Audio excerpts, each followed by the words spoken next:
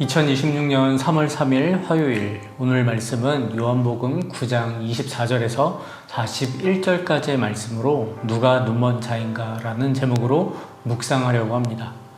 요한복음 8장에서 예수님께서는 계속해서 빛이시라 말씀하셨고 3월부터 시작되는 9장에서 날 때부터 맹인이었던 사람을 보게 하셨습니다. 어둠에서 진정한 빛으로 눈에 보이는 증거를 직접 확인시키며 보여주신 것이죠. 믿을 수 없는 일이 일어난 것입니다. 하지만 바리새인들은 믿지 못하고 있습니다. 좀 더 정확히 말하면 일어나서는 안 되는 일이 일어난 것이죠. 바리새인들의 권위와 권력, 자신들의 세력을 위해서는 이런 일은 일어나면 안 되는 것이었습니다. 그래서 어제 본문에서 맹인이었던 자와 맹인이었던 자의 부모에게 어떻게 눈을 떴는지 물어보았던 것이고요. 하지만 그들의 대답, 그 주변에 함께 있던 유대인들의 대답은요, 침묵이었습니다. 그러면서 오늘 본문에서 다시 맹인이었다가 눈뜬 자를 다시 소환하여 취조를 하게 됩니다. 그런데 그 취조의 시작부터가 조금 이상해 보입니다. 요한복음 9장 24절, 이에 그들이 맹인이었던 사람을 두 번째 불러 이르되 너는 하나님께 영광을 돌리라. 우리는 이 사람이 죄인인 줄 아노라. 우리는 이 사람이, 여기서 이 사람은 예수님을 말하는 것입니다. 바리새인들은 이미 예수님을 죄인으로 정해두었고 예수님을 죄인으로 인정한 것이 하나님께 영광을 올려드리는 일이다 라고 말하고 있습니다. 하나님께 영광을, 하지만 거짓 자백으로, 엄밀히 따지면 자기들이 원하는 방향대로 판결하는 것에 하나님의 영광을 언급하고 있는 것이죠. 이에 대하여 맹인이었던 자는 어떻게 대답을 하였나요? 요한복음 9장 25절, 대답하되 그가 죄인인지 내가 알지 못하나 한 가지 아는 것은 내가 맹인으로 있다가 지금 보는 그것이니이다. 예수님이 죄인이라는 것은 자신이 판단할 것이 아니라 말을 하고, 팩트는 내가 지금 눈을 떴고 보고 있다는 것을, 이 점을 강조하고 있습니다. 그래서 바리새인들은 어떻게 눈을 뜨게 되었는지 다시 한번 확인차 물어보게 되죠. 그의 대답은 27절입니다. 대답하되 내가 이미 일렀어도 듣지 아니하고 어찌하여 다시 듣고자 하나이까? 당신들도 그의 제자가 되려 하나이까? 굉장히 용감한 대답입니다. 바리새인들을 책망하듯이 이미 나는 답을 다 이야기했다. 왜 자꾸 나에게 묻습니까? 혹시 당신들도 예수님의 제자가 되려고 하는 것입니까? 감히 바리새인들에게 굉장히 치욕스러운 답변으로 받아친 것입니다. 평생을 가장 낮고 천한 삶을 살았던 이 사람이 평생 귀족으로 살고 있는 바리새인들에게 치욕을 안겨주게 된 것이죠. 이제 바리새인들이 본색을 드러냅니다. 28, 29절, 그들이 욕하여 이르되 너는 그의 제자이나 우리는 모세의 제자라. 하나님이 모세에게 말씀하신 줄을 우리가 알거니와 이 사람은 어디서 왔는지 알지 못하노라. 바리새인들이 욕하여 이르되, 모세의 제자라고 자부하는 사람들이, 아브라함의 후손이라고 자부하는 사람들이, 율법의 정통성을 계승한 자들이라고 자부하던 자들이 이제 감정을 드러내며 폭력을 행사하기 시작합니다. 하지만 여기에 고개 숙이지 않고 맹인이었던 자는 32, 33절에서 좀 더 직설적으로 확고하게 이 고백을 합니다. 32, 33절입니다.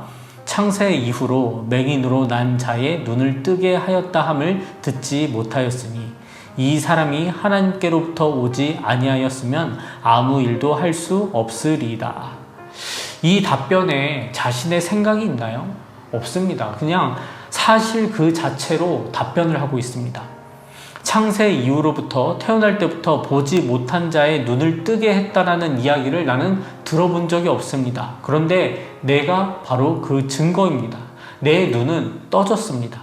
내 눈이 떠진 것을 예수님께서 하셨는데 하나님으로부터 온 분이심이 틀림없습니다. 아주 논리적으로 답변을 했습니다. 결국 바리새인들로부터 쫓겨나게 되죠. 그런데 그 쫓겨났을 때 다시 예수님을 만나게 됩니다. 그런데 예수님께서는요, 이 만남이 두 번째입니다. 이 맹인이었던 사람을 두 번째 만나는 것이었지만 맹인이었다가 눈을 뜬 자는 예수님을 처음 보게 되는 상황인 것이죠.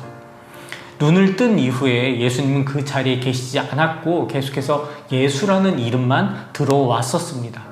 누구보다 가장 만나고 싶었을 것이에요. 이 사람에게 예수님께서 찾아오셨습니다. 그리고 물으시죠. 내가 인자를 믿느냐? 여기서의 인자는 하나님께서 보내신 자, 하나님의 일을 행하는 자를 나타내는 말입니다. 하지만 이 사람은 처음 보는 사람이기에 먼저 누구인지 물었습니다. 그리고 인자를 만나게 되면 내가 믿겠다라고 고백합니다. 이제 예수님께서 자신을 말씀하시죠. 37절 예수께서 이르시되 내가 그를 보았거니와 지금 너와 말하는 자가 그이니라. 내가 보고 있는 그 자, 바로 인자, 하나님께서 보내신 자이다. 바로 내가 그다. 예수님께서 직접 보이셨습니다.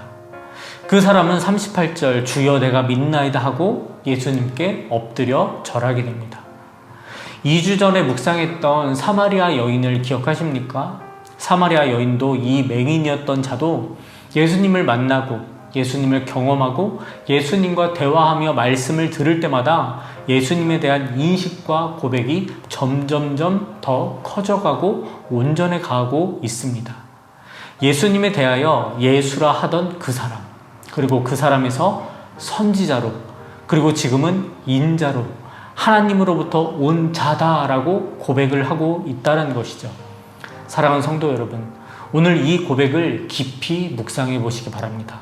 예수님을 만나고 예수님을 경험하고 예수님의 말씀을 들을 때마다 예수님에 대한 인식과 고백이 점점 온전해져 가고 더욱 신뢰가 쌓여가고 더욱 깊어지는 신앙생활을 지금 해 나아가고 계십니까?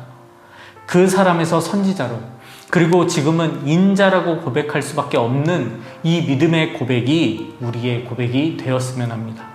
우리의 신앙의 여정 속에서도 점점 더 깊어져가는 그런 신앙의 인생이 되기를 소망해 봅니다. 율법으로는요, 바리새인을 쫓아갈 수가 없었습니다. 경건과 거룩의 모습, 이들은 늘 앞자리에서, 보이는 자리에서 사람들의 박수를 받으며 존경을 받는 위치에 있던 사람들이었습니다. 하지만 오늘 예수님께서 39절에서 이렇게 말씀하시죠. 예수께서 이르시되 내가 심판하러 이 세상에 왔으니 보지 못하는 자들은 보게 하고 보는 자들은 맹인이 되게 하려 함이라 하시니.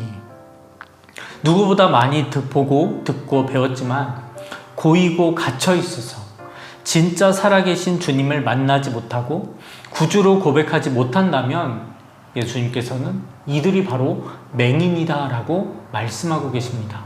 우리가 바로 맹인이라는 사실이죠. 저도 모태신앙으로 성장했고요. 기독교의 배경 속에서 기독교 문화가 익숙한 삶을 살아왔습니다.